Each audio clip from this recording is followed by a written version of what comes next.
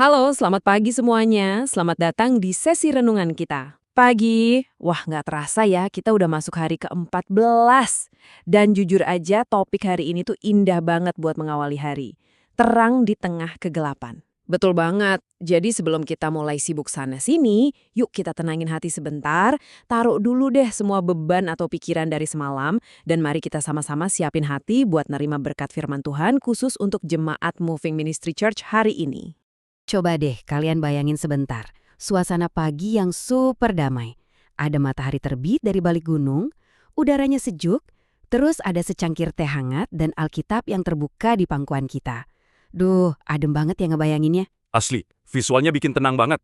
Apalagi di zaman sekarang yang serba satset dan serba cepat. Momen hening kayak gini tuh rasanya makin langka kan. Makanya penting banget buat kita ambil waktu sejenak di awal hari. Tarik nafas panjang, cari ketenangan bareng Tuhan sebelum rentetan notif di HP mulai bunyi tanpa henti. Setuju banget sih. Makanya, anggap aja sesi renungan ini sebagai titik hening kita bareng-bareng ya. Ruang aman buat nginget lagi kebaikan Tuhan di tengah tenangnya pagi ini. Tapi ya, mari kita jujur-jujuran aja nih. Meskipun di luar sana matahari bersinar terang, cuacanya mungkin lagi bagus-bagusnya, kita pengen nanya ke kalian secara personal. Pagi ini, apa masih ada semacam kegelapan yang kerasa di hati? Ini pertanyaan yang relate banget sih buat kita renungkan. Kadang kan kita bangun tidur justru merasa berat banget hatinya ya. Kegelapan di sini tuh bukan sekedar gelap malam hari, tapi lebih ke apa yang lagi membayangi pikiran dan perasaan kita pas baru aja melek. Benar, realitanya emang nggak setiap hari kita bisa bangun dengan energi 100% kan? Kadang ada beban yang nggak kelihatan, mungkin sisa capek dari kerjaan kemarin, atau malah masa takut mikirin hari ini, yang bikin langkah pertama turun dari kasur aja rasanya berat banget. Nah, makanya renungan kita hari ini bener-bener nyorotin 3 bentuk kegelapan yang paling sering banget kita alamin. Ketidakpastian, kesedihan, dan kebingungan. Pria, coba kita bedah dikit ya. Ketidakpastian itu kayak rasa cemas pas nunggu hasil medis, atau mungkin kepikiran soal tagihan bulan ini. Terus kesedihan, ini bisa datang dari kehilangan orang yang kita sayang, atau lagi sedih ngelihat kondisi keluarga.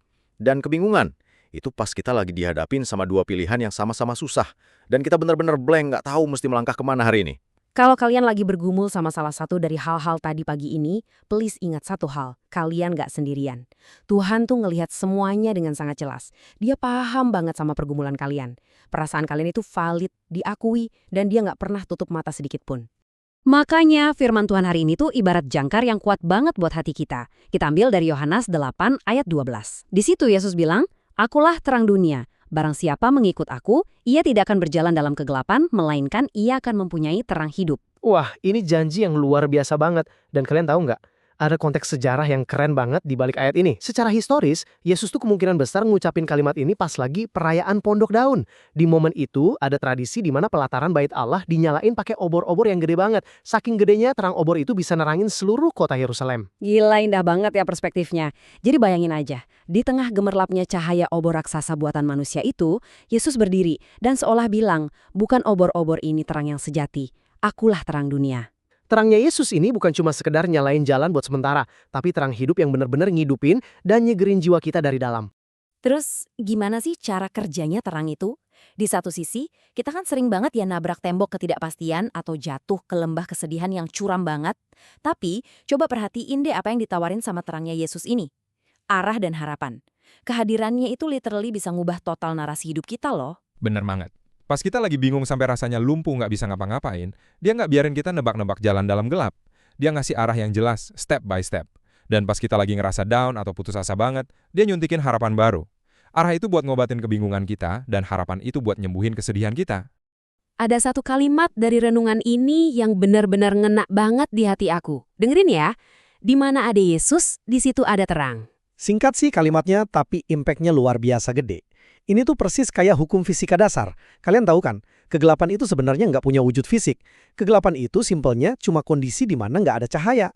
Jadi kegelapan itu nggak akan pernah bisa ngusir terang. Nggak ada ceritanya gitu.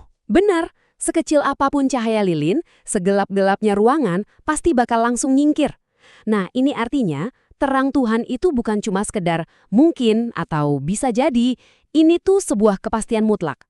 Kalau kita beneran ngundang Yesus masuk ke masalah kita yang paling gelap, serumit apapun itu, terangnya pasti langsung ngambil alih. So, apa nih tindakan nyata kita hari ini? Ada 3 panggilan simpel yang bisa kita praktekin. Pertama, ikutlah dia. Ini bukan cuma sekedar status atau label ya, tapi keputusan sadar dan aktif yang harus kita buat tiap kali kita bangun pagi. Yap. Terus yang kedua, berjalanlah dalam terangnya. Secara praktisnya di kehidupan kita sehari-hari, ini berarti kita ngebiarin nilai-nilai kasih dan kebenaran Tuhan nuntun cara kita. Misalnya pas kita lagi balas email kerjaan yang bikin emosi, cara kita ngobrol sama pasangan, atau cara kita ngambil keputusan bisnis hari ini. Dan yang ketiga, ini dia jaminan kedamaiannya. Kamu tidak akan tersesat. Di dunia yang sering banget ngasih kompas yang salah atau nawarin jalan pintas yang malah bikin nyasar, terus nempel dan jalan bareng Yesus adalah satu-satunya jaminan buat kita bisa sampai di tujuan dengan selamat dan benar. Oke, sekarang waktunya kita naikin semangat nih. Simpan baik-baik motivasi ini di hati kalian buat ngawalin hari. Yesus adalah terang hidupmu.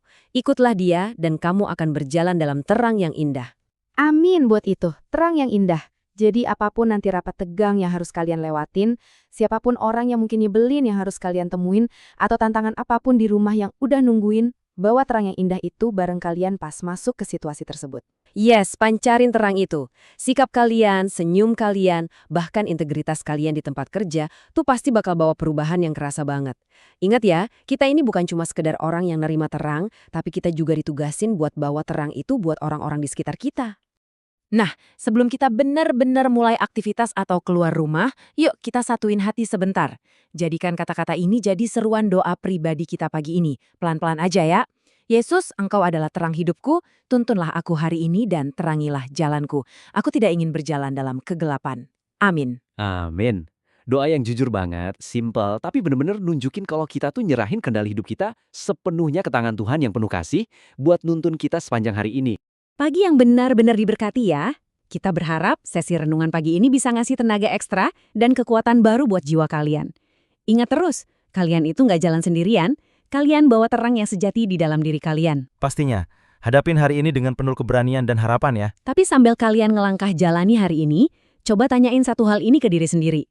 Siapa sih orang di sekitar kalian yang hari ini paling butuh buat ngelihat terang itu terpancar dari hidup kalian? Tuhan Yesus memberkati seluruh jemaat Moving Ministry Church yang mengasihinya. Sampai jumpa di renungan berikutnya.